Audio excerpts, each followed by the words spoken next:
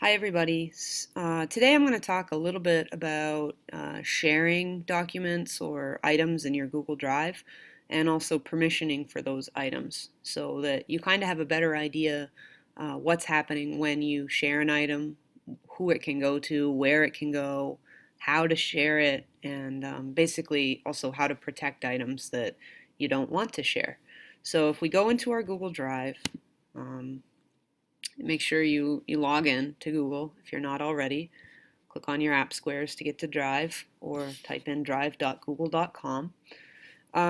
So there are a few different ways that we can share things, and I'm just going to click right into my Drive here. I have these folders set up.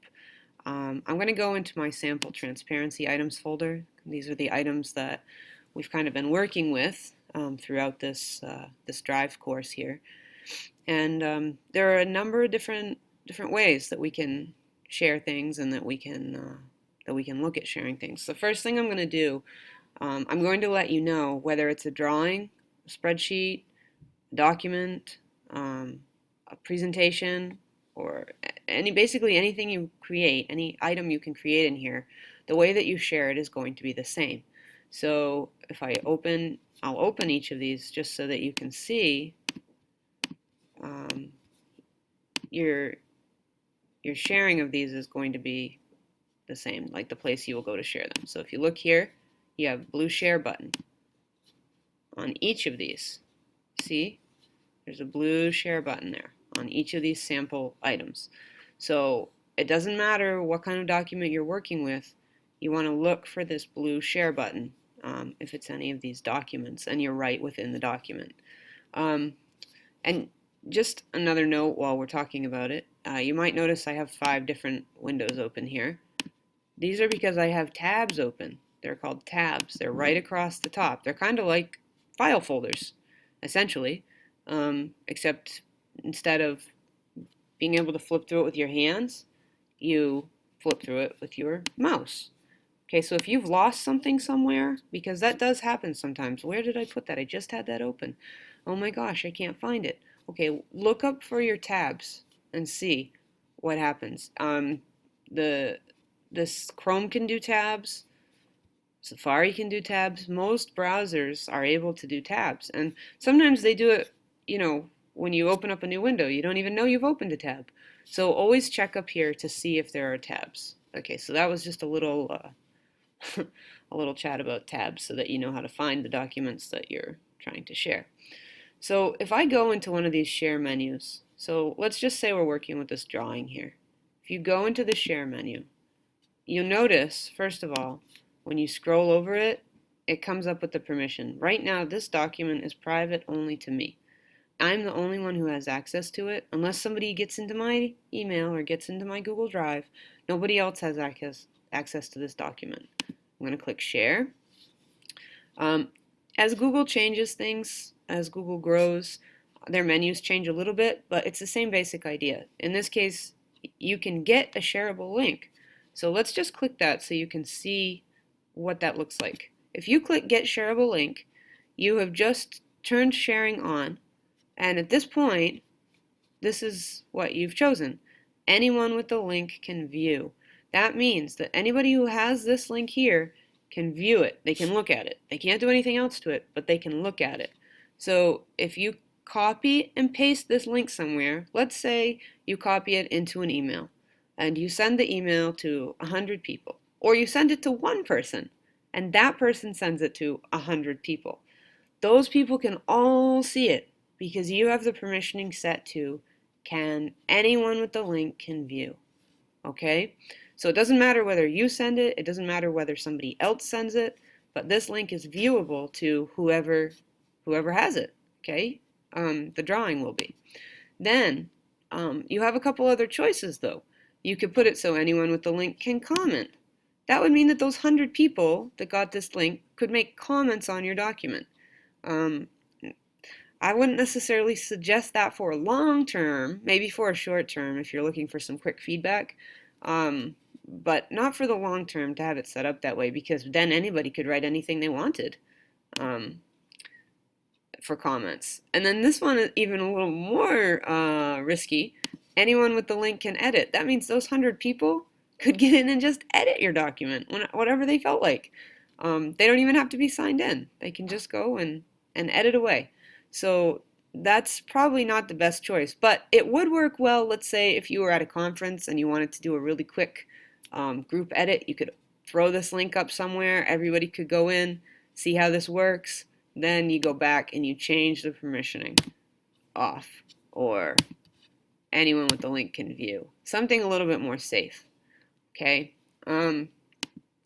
So for now, I'm just going to turn sharing off. And then what you can do though, because maybe you just want to share this with one other person or two other people or 5 other people, however many it is. Maybe you have a project you're working on together, and whether that's a drawing, whether it's a spreadsheet or a document or a slideshow, a presentation of some sort, it doesn't matter. This menu is going to be the same, which is very convenient. So you just see where it says people here, enter their email addresses. And then when you enter their email addresses, and I find this works best with people who are also using Google, but I've had varying luck with other addresses as well. But definitely if they're using Google, which I would encourage for this kind of thing, it'll be a lot easier to kind of keep track of things and to use. If you all want to work on it together, you have it set to can edit. So those 5 people or 2 people or whatever it is can edit it together. If you just want it so you're looking for some feedback from them, set it so they can just comment. They can make comments, but they can't make any changes to what you've done. Maybe you don't want any feedback and comments. Maybe you just want them to take a look at it and say, hey, this is where I am. Maybe it's a project update, or maybe you want to send it to your students and it's a paper you want them to read or something, and you just want them to view it. Okay, but you're not looking for any comments or feedback. It's purely for information.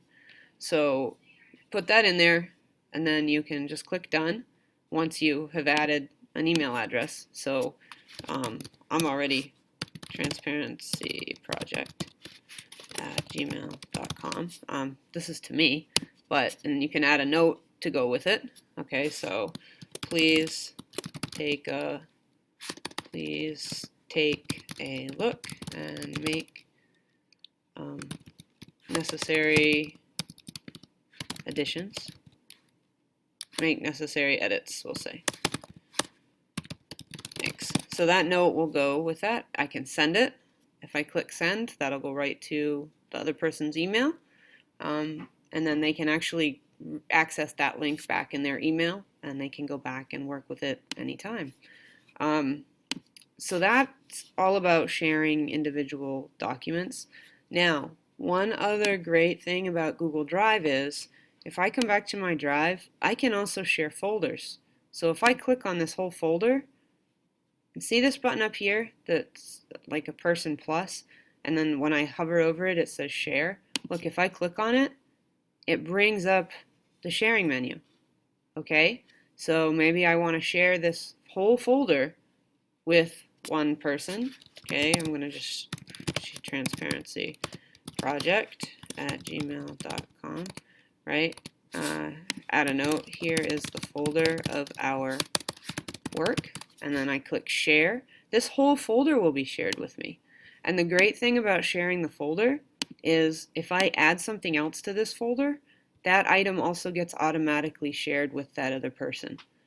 Again, this works best if they're using Google too, because then it will go right into their Google Drive, and it's a much more seamless process for them to use Google as well.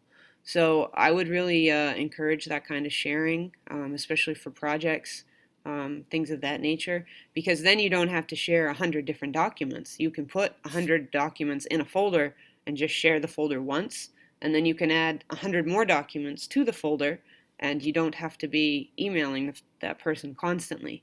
However, you can email the person. Let's say we want to let somebody know that we've made a change to this. You can just come over here to File and click Email Collaborators. Okay, and you can just send an email, right? There's currently no collaborators, but if there were, you could email them from this window and just say, hey, I made a change, take a look please, or hey, I just added 100 more items to the folder, please see what you think, or just wanted to let you know.